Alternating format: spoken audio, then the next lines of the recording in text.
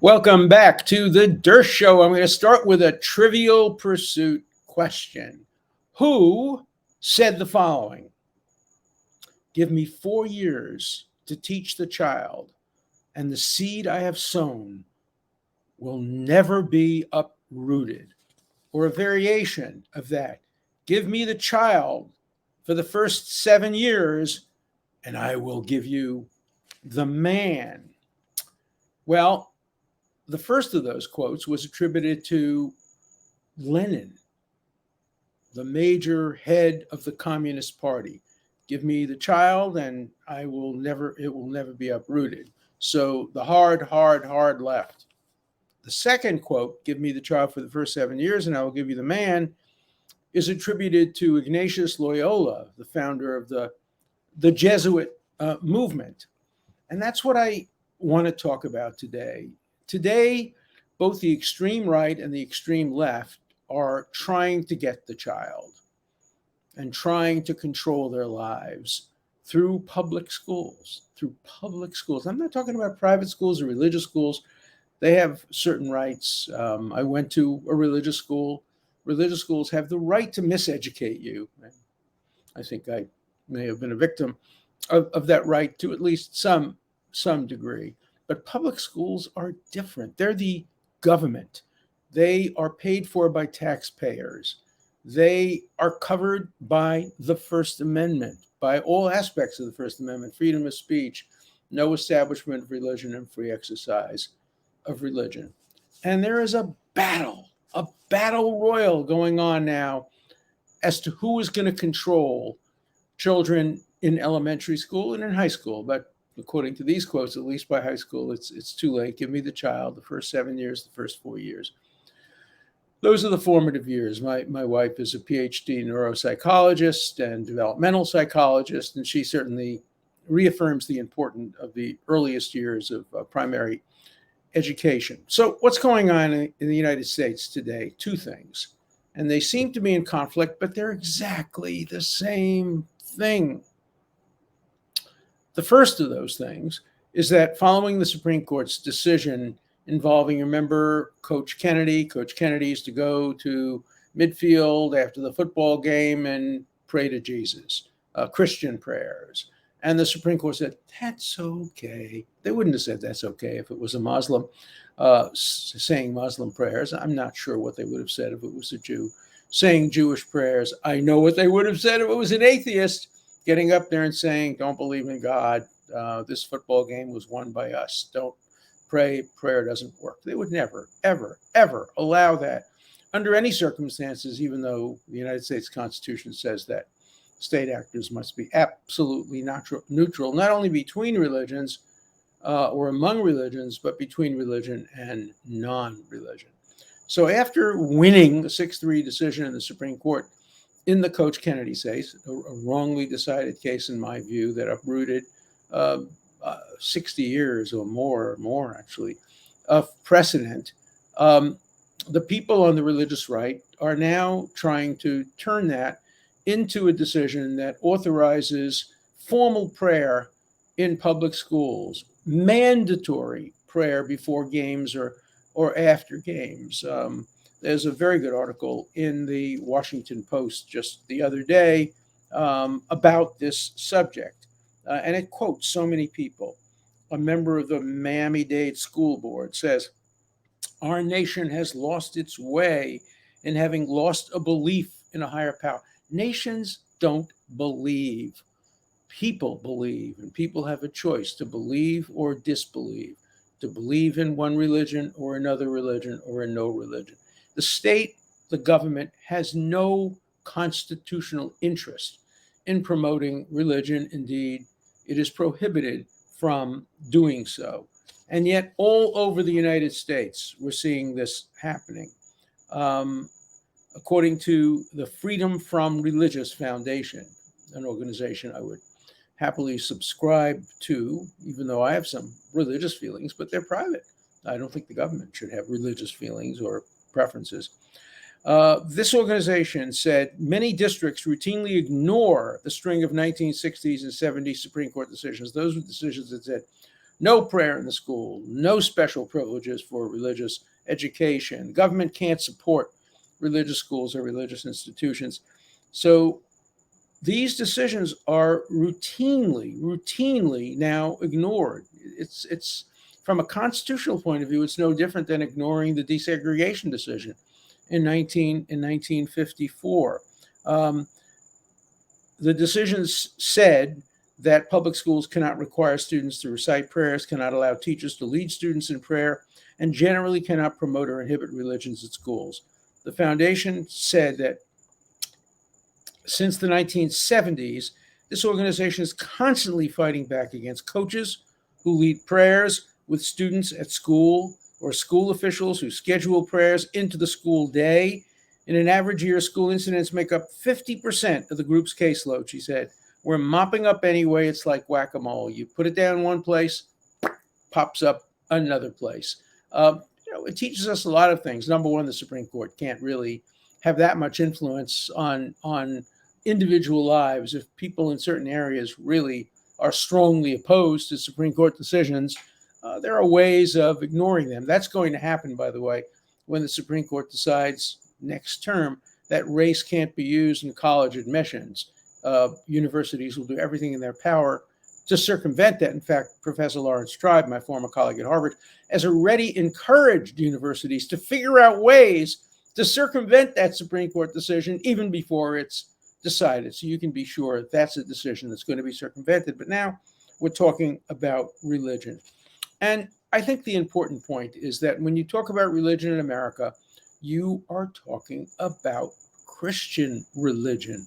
And you're talking primarily in most parts of the country about Protestant Christian prayer. There have been efforts over the years we'll have Protestant prayer one day, we'll have Catholic prayer the next day, we'll have Jewish prayer the third day. You'll have a friend of mine was involved in that lawsuit. So they came to Jewish prayer and they said, all right, who's a Jew? And 6 or 7 kids raised their hand and they said, all right, you do the Jewish prayer. And the other kid said, wait, he's a Reformed Jew. I'm a conservative Jew. I want to do the conservative Jewish prayer. And the Orthodox Jew said, no. I want to do the Orthodox Jewish prayer. So even within a small religion, 2% of America, less than that, you're not going to get unanimity. You're not going to get agreement. You're not going to get agreement within Protestant faith either. The Catholic Church, you get agreement because it's imposed from the top. The Pope says what to do and you do it. But even there's very considerable disagreement, not about the liturgy, not about the catechism, not about the prayer, but about whether to use birth control, for example. Great disagreement.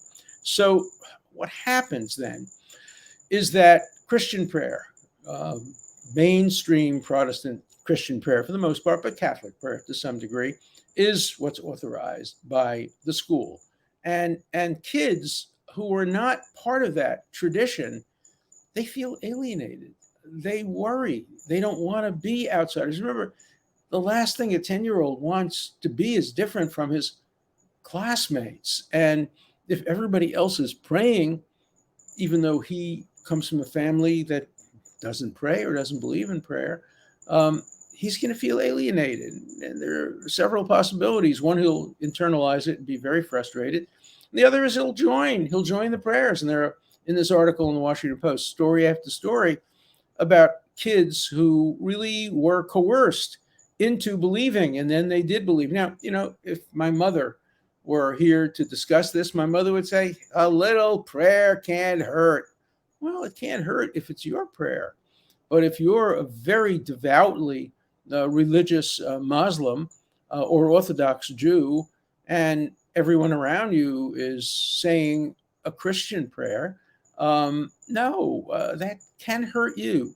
That can have an impact. And it's an impact that the United States Constitution was written to avoid. Remember, the United States Constitution was written about a country where people came to avoid religious persecution. That doesn't mean they didn't do it themselves. The Puritans obviously imposed religious views, but then, people founded Rhode Island, which was a place where people could go. Roger Williams allowed people to be free religiously.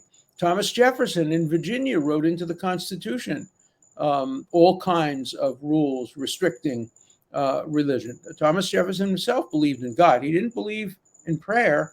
He didn't believe in an intervening God. He was a deist. He believed in God, the watchmaker. He makes the watch and then he lets it tick and doesn't intrude on daily life. The vast majority of America's founders were deists. John Adams, who was himself fairly religious, said that before he dies, most Americans will be buried as Unitarians. And Unitarians, of course, are religious, but they don't believe in the Trinity, and they're very close to Reformed Jews in many ways, and they would not be happy with the kinds of prayers that are said in schools today. And but nobody wants to complain. Why? Don't rock the boat. Don't make a mess. My mother, she used to do a parlor trick. It was a lot of fun. We'd go to a party, and my mother, this Orthodox Jewish woman, very religious woman, would recite the entire Catholic Mass in Latin. How did my mother learn the Catholic Mass in Latin? Certainly not from her parents. But her Irish school teacher thought that part of being an American, and their job was to Americanize the immigrant kids, the Irish school teacher taught these Jewish kids the Catholic Mass in Latin. My mother had a great memory, so she knew the Catholic Mass in Latin, and she would sing it, she would say it, she would get it all right. I mean, occasionally maybe she mispronounced something, but it never occurred to her that they were trying to impose not only religion on her, that she wouldn't have minded, but a different religion from the one that she was brought up in. Okay, so that's one side, and the other side is just as dangerous. The other side wants to use public schools to propagandize students, to propagandize them about their conception of racial justice, their conception of gender justice. Now, these are views that I tend to agree with. I'm all in favor of racial justice, of real equality. I'm in favor of transgender rights. I am not in favor of using public schools to impose those views on kids who come from different backgrounds. I am against prayer in the public schools, and I'm against propaganda in the public schools. Nobody watching this show is going to like me. If you're on the right, you're going to be in favor of prayer in the schools, but against propaganda. If you're on the left, you're going to be in favor of propaganda in the schools, but against prayer. You can't do that. In America, if you're going to be against one, you should be against the other. You know what I'm in favor of teaching in schools? This is going to sound very, very radical. Mathematics, grammar, history, if it's taught objectively. That's what schools are for. I want schools to teach my grandchildren, my great-grandchildren, my children, my cousins, my nephews, my nieces. I don't want them to teach them what to think. I want them to teach them how to think. I want them to learn how to be critical thinkers. Everybody should read Thomas Jefferson's letter to his nephew, who was 15 years old. And Thomas Jefferson laid out a whole curriculum for his nephew, Peter. And he basically said, look, I believe in God, but I don't care if you believe in God or not. That's up to you. Read widely, read broadly, read in an open-minded way. If you come around to believe in God as the result of your reading, hey, that's wonderful. But if you come around believing that God doesn't exist, that's just as good. And don't worry about getting into heaven. Jefferson said, if there is a God, he's not going to punish you for disbelieving in him. He's going to reward you for going through the process of using your God-given mind to think for yourself. You know, that old notion that heaven is a betting parlor and that you're better off believing in God, because if you believe in God and he doesn't exist, no harm, no foul. But if you don't believe in God and he does exist, you're going to go to hell. If that's where people go who are doubters, I would like to really join them. I don't want to go to a place where everybody thinks the same. I live in such a place. It's called Chilmark, Massachusetts. But I don't want to go to a place where everybody thinks the same and you're punished if you have dissenting points of view. So my message to people on the right and on the left is, do not try to use the public schools of America to train your children either in the way that Lenin said he wanted children to be trained as a communist, or Ignatius Loyola said because he wanted to train students to be good Christians. Not the public schools. The public schools should train you to be good citizens. They should train you to be good thinkers. They should train you to have a good job. They should train you with all the skills you need. Religion, the church, the mosque, the synagogue, the home, that's fine. Where I grew up, the public schools wouldn't teach religion. I didn't go to public school, but I had a lot of friends who did. And then the Jewish kids would go to Jewish school after school twice a week or once a week, or a Sunday school or something like that. So they got their religion in religious institutions, and they got their mathematics in the public institutions. Public schools have to be scrupulously neutral. They cannot be for religion. They cannot be against religion. They cannot be for God or against God. They cannot be for Marx or Lenin, and they cannot be for Trump or Biden. They cannot be people who teach other people how to think about these very, very controversial issues. As I said before, nobody's going to agree with me. Half the audience, you're going to see the letters. Well, in my case, it's 90% of the audience will attack me for not wanting prayer in the schools. We should have prayer in the schools. If we have prayer in the schools, there'll be less crime. If we have prayer in the schools, there'll be less wars. Nonsense. And the other half will attack me saying, what do you mean? Schools have to teach important values like equality, and they have to teach important values like racial justice, and they have to teach important values like gender justice. No. Again, you get that at home. You get that from friends. You get that from other clubs and institutions. You want to join the Democratic Party and go to their events? Fine. Not in school. You want to join the Republican Party? Fine. Not in school. Join the NAACP. Join Black Lives Matter. All that's okay. Just don't commit crimes. But join any of those organizations, but not in school. Arithmetic, reading, writing, arithmetic. Now, we have to go beyond that. We have to teach students how to use computers. We have to bring them into the modern world. We have to teach them the basics of economics, the basics of civics. All of that's fine. You teach them that there are three branches in the government, but you don't teach them that the branches should rule a certain way. You let them decide that for themselves. That's what education is. When I taught for 50 years at Harvard, I would tell my students, if I change any of you from being a conservative to being a liberal, or a liberal to a conservative, I have failed in my job. If you're a conservative, I want to teach you to be a better conservative. If you're a liberal, I want to teach you to be a better liberal. If you're a communist, be a smarter communist. I probably draw the line at fascism. But the goal is education, not prayer and propaganda. So I'm very upset and very concerned about the schools. I think the Supreme Court did a terrible disservice to America and to freedom of religion and freedom from religion and free speech by ruling that that coach, who is probably the nicest guy in the world and probably should be hired by a parochial school to coach, but that public school teacher, that public school coach, the person who picks people to play in the game and benches people and writes recommendations to college, should not be allowed to go to mid-court in the game and essentially invite and thereby coerce students to pray with him. He can pray in his locker room. He can pray in his office.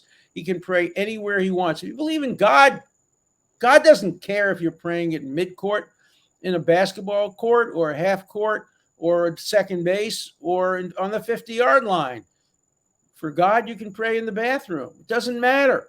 The only reason it matters is because this coach wanted to persuade his teammates. And some of the coaches, by the way, that are quoted in this article, make that point clear. I want players who have faith.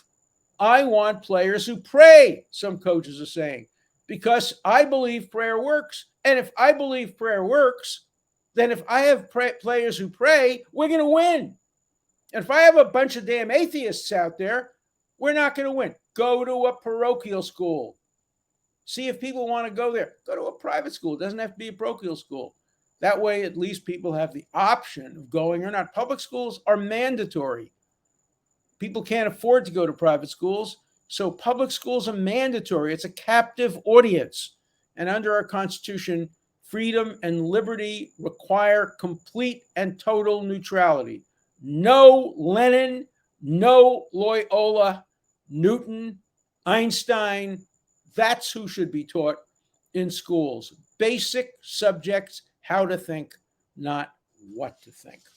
Okay, let's get to a couple of questions. We've got a couple of good ones this time. Okay. Let me get right to the back of the book. No, he can't, meaning Trump can't be prosecuted. He can't because he did nothing even wrong, let alone illegal. I don't care what Democrat dementia-addled world you lived in. See, I don't agree with that. I think Trump did wrong things. I think the speech on January 6th was very ill-advised. I defend it. He has the right to make it. I opposed his impeachment on the ground that his ill-advised speech is constitutionally protected. Yes, he said people should go and demonstrate peacefully and patriotically, but he should have understood that he was unleashing a force that could get out of control. Is it a crime? No, it's not even close. Should he have done more when he saw what was going on? Yes, he should have. He should have gotten on national television. He should have said, stop, go home. This is getting out of hand. This is not what I wanted you to do. He did that. He did it much too late, much too low, and much too ambiguously. So I think what he did was wrong. I think what he did was constitutionally protected. I think what he did was not criminal. Again, nobody likes me for that. I'm not looking for popularity. But, people say either Trump did everything right and he shouldn't be prosecuted, or he did everything wrong and he should be prosecuted. I think he did everything wrong and shouldn't be prosecuted. So that's the way I stand on so many issues. Wait. Did this clown, meaning me, just compare the witch hunt after President Trump, who has never committed any crime, to the pursuit after Hunter Biden, just when I think I found a decent liberal? Well, I hope you found a decent liberal, because a decent liberal applies the same standards. And I think applying the same standards, I would be very, very skeptical of prosecuting any high-ranking political figure or child of a political figure unless there was evidence of crime. And I just see it at the moment. I have an open mind. If the evidence of crime on either side materializes, I'm happy to reconsider, but not right now. Realize what Dershowitz does. He presents arguments because he's a lawyer trained to look at all sides of an argument. If you have a better argument, present it. Dersh may or may not give his personal views in his arguments. He always says, if the facts are strong, present them. If the facts are weak, present the law. That is why Dersh is good to listen to, not necessarily agree with. There's usually a third part of that. The old statement is, if you have to jury lawyers, if you have the facts on your side, bang the facts in. If you have the law on your side, bang the law in. If you have neither on your side, bang the table. And I think too many lawyers do that. There's too much table banging and not enough facts and law. This is a nice one. I don't like you personally, but I think you're smart on legal issues. Another one. Glad to hear straight talk from an expert. Well, I try my best to give you the experience that I have over almost 60 years of doing this kind of stuff. That doesn't make me right. I think it does make me somebody to listen to, but you make up your own mind. Again, I'm not trying to tell you what to think. I'm trying to give you information. I'm not actually in class now, so I'm entitled to tell you what I think you should think, but I try not to do that. I try to explore various alternative scenarios and let you make up your own mind. Hey, Alan, quick question. Are you okay with the Biden administration arming Nazis in Ukraine? No, I'm not. And today there was a terribly dangerous story about how the Ukrainian government has been recruiting foreign troops to help defend them against Russia. I understand that. But a lot of the foreign troops who have come to aid Ukraine against Russia are neo-Nazis, are white supremacists. They see this as a mission to defeat the evil empire of Russia. And the article in today's paper indicated that there's great fear among intelligence agencies that these Nazis, and they come with their Nazi symbols, the moderate Nazi symbol, the one that just, it's not the swastika, it's the variation on the swastika. And then they get trained and they learn how to do munitions and they learn how to do tactics, and they go back to their countries and they could head militias that are doing violence. That's what happened with ISIS. ISIS went and fought in various countries and then came back and had military capacities which enabled them to do things that were terrible, terrible, and terrible. I think Ukraine has to have a rule that no Nazi symbols will be allowed. No openly Nazi people will be recruited. You can't have a litmus test for what people actually believe, but I don't think Ukraine is doing enough to ferret out the Nazis. And there are too many Nazis in Ukraine. Look, it's not a country of angels. The history of Ukraine is one of the worst histories in humankind when it came to genocide and complicity with the Nazis in the Second World War. One of the worst in the history of humankind.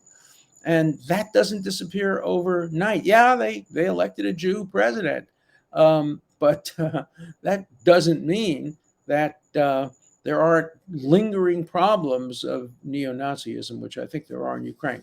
So I'm strongly supportive of Ukraine. I hope they can defeat Russia and make sure that they don't take over their land and don't kill their innocent civilians. But I'm not a fan of allowing Nazi battalions and Nazi people from other countries to come and defend them and then go back. You know, British intelligence is watching planes going into Ukraine from the airport to see if well-known neo-Nazi terrorists are joining the flights to go to Ukraine. So it's a problem. And again, I look at it in a nuanced way. I'm in favor of Ukraine, but I'm not in favor of its willingness to tolerate Nazism. Again, this is very similar to what I got a minute ago. Target people. They should go after Hunter and all the Bidens. They are guilty of treason. And then it goes on and on and on. No, you don't target people. You look at the facts. You don't use words like treason to describe allegations of corruption. Look, follow the facts, follow the money, see if you can make a case. Don't target people and then look to see if you can make the case. Make the case first, and then it doesn't matter who the target is, whether he's the former president of the United States or the son of the current president. I think the hard question is, and it's a question that a lot of people answer differently, should you apply a different standard? Should it be harder to prosecute a former president than just an ordinary person? Should it be harder to prosecute the son of a president? I think the answer to the first question may be yes, it should probably be harder to prosecute a former president. As to the second question, probably not. And the real question is who decides. It often is who decides. And, should there be special prosecutors because Hunter Biden is the son of the man who appointed the attorney general? I am generally not favorable to special prosecutors, but there has to be not only justice done, but justice seen to be done. And I'm a little concerned that if in the end the Justice Department says Trump should be prosecuted and Hunter Biden shouldn't be prosecuted, a very large percentage of Americans will find that decision to lack nonpartisan credibility. But the answers aren't obvious. Special prosecutor. We have, in effect, a special-ish prosecutor from Connecticut looking at some of these matters. Is that enough? Maybe it's enough. Let's see what his report says. I have to say, what a breath of fresh air coming from, shall I dare to say, a liberal?